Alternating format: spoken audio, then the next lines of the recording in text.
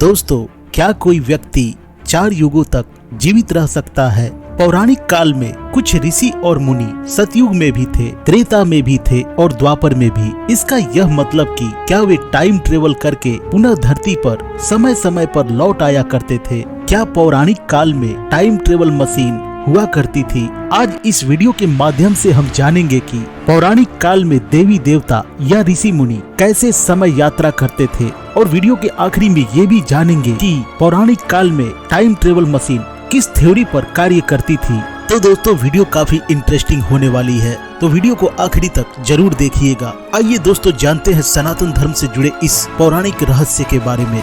सनातन धर्म से जुड़े रहस्य की जानकारी के लिए हमारे चैनल को जरूर सब्सक्राइब करें।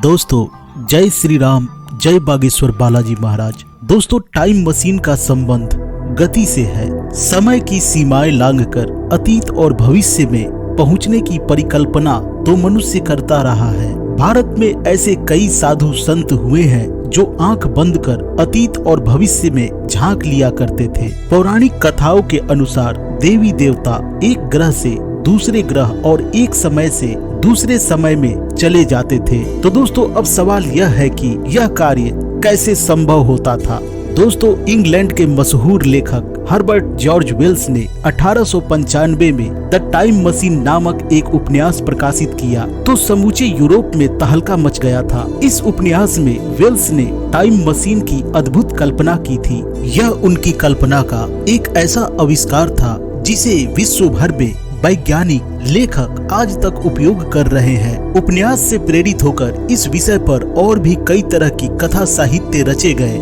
इस कॉन्सेप्ट पर हॉलीवुड में एक फिल्म भी बनी। हालांकि वेल्स के उपन्यास में व्यवहारिक रूप से कई विसंगतियां भी है, लेकिन सनातन धर्म में टाइम मशीन होने के कई ऐसे सबूत मिले हैं जिसके बारे में मैं आपसे आगे बात करने वाला हूँ। दोस्तों, टाइम मशीन वर्तमान में एक कल्पना है। टाइम ट्रेवल और टाइम मशीन यह एक ऐसे उपकरण की कल्पना है जिसमें बैठकर कोई भी मनुष्य भूतकाल या भविष्य के किसी भी समय में सशरीर अपनी पूरी मानसिक और शारीरिक क्षमताओं के साथ जा सकता है। अधिकतर वैज्ञानिक मानते हैं कि यह कल्पना ही रहेगी, कभी हकीकत नहीं बन सकती, क्योंकि यह अतार्किक बात है कि कोई कैसे अतीत में या भविष्य में जाकर अतीत या भविष्य के सच को जानकर उसे बदल सकता है। जैसे कोई भविष्य में से आकर आपसे कहे कि वह आपका पोता है, या अतीत में से आकर कहे कि वह आपका परदादा है, जो यह संभव नहीं है। दोस्तों, वैज्ञानिक कहते हैं कि दरअसल जो घटना घट चुकी है उसका दृश्य और आवाज ब्रह्मांड में मौजूद जरूर रहता है।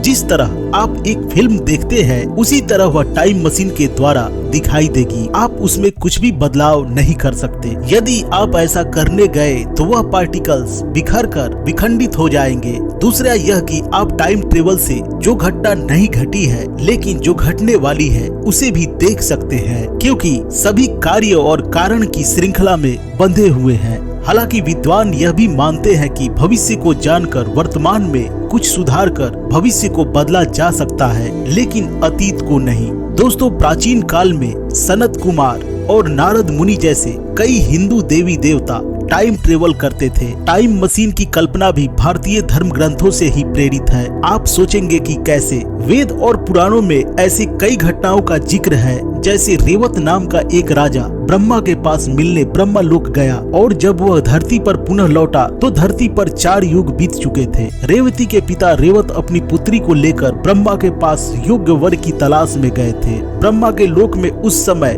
2 गंधर्व गान प्रस्तुत कर रहे थे। गान समाप्त होने के बाद रेवत ने अपने पुत्री के वरों के बारे में जब ब्रह्मा से पूछा तो ब्रह्मा जी ने कहा, यह गान जो तुम्हें अल्पकालिक लगा वह 4 युगों तक चला है। जिन वरों की तुम चर्चा कर रहे हो उनके पुत्र पौत्र भी अब जीवित नहीं है। अब तुम धरती पर जाओ और शेष नाग के साथ इसका पानी ग्रहण कर दो, जो वह बलराम के रूप में अवतरित हैं। तो अब सवाल यह उठता है कि कोई व्यक्ति 4 युग तक कैसे जी सकता है? कुछ ऋषि और मुनि सतयुग में भी थे, त्रेता में भी थे और द्वापर में भी। इसका यह मतलब कि क्या वे टाइम ट्रेवल करके पुनः धरती पर समय समय पर लौट आया करते थे? तो दोस्तों, इसका जवाब है कि हमारी समय की अवधारणा धरती के मान से है, लेकिन जैसे ही हम अंतरिक्ष में जाते हैं समय बदल जाता है। जो व्यक्ति ब्रह्मलोक होकर लौटा उसके लिए तो उसके मान से 1 वर्ष ही लगा, लेकिन अंतरिक्ष के उस 1 वर्ष में धरती पर 1 युग बीत चुका था।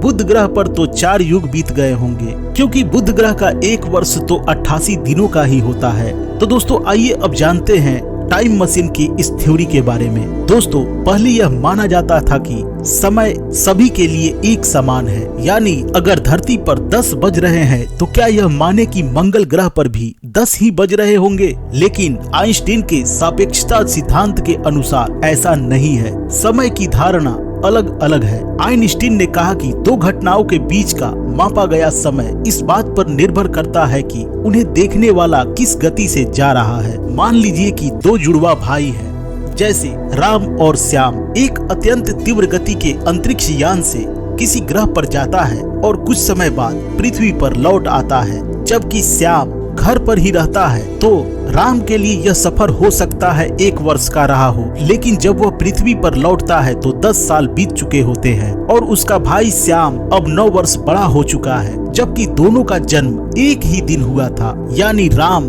10 साल भविष्य में पहुंच गया है। अब वहां पहुंचकर वह वहीं से धरती पर चल रही घटना को देखता है तो वह अतीत को देख रहा होता है। दोस्तों जैसे एक गोली छूट गई, लेकिन यदि आपको उसको देखना है तो उस गोली से भी तेज गति से आगे जाकर उसे क्रॉस करना होगा और फिर पलटकर उसको देखना होगा, तभी वह आपको दिखाई देगी। इसी तरह ब्रह्मांड में कई आवाजें, चित्र और घटनाएं जो घटित हो चुकी हैं, वे फैलती जा रही हैं। वे जहां तक पहुंच गई हैं वहां पहुंचकर सुना जा सकता है। दोस्तों अब जानते हैं कि यदि ऐसा हुआ तो कुछ ब्रह्मांडीय किरणें प्रकाश की गति से चलती हैं। उन्हें एक आकाश गंगा पार करने में कुछ ही क्षण लगते हैं, लेकिन पृथ्वी के समय के हिसाब से ये दसियों हजार वर्ष होते हैं। भौतिक शास्त्री की दृष्टि से यह सत्य है, लेकिन अभी तक ऐसी कोई टाइम मशीन नहीं बनी जिससे हम अतीत या भविष्य में पहुंच सके। यदि ऐसे हो गया तो बहुत बड़ी क्रांति हो जाएगी। मानव जहां खुद की उम्र बढ़ाने में सक्षम होगा, वहीं भविष्य को बदलना भी सीख जाएगा। तो दोस्तों उम्मीद है कि वीडियो में बताई हुई जानकारी आपको अच्छी लगी होगी। अगर वीडियो आपको अच्छी लगी हो तो वीडियो को लाइक और चैनल पर नए हो तो चैनल को सब्सक्राइब करना नहीं भूलिएगा।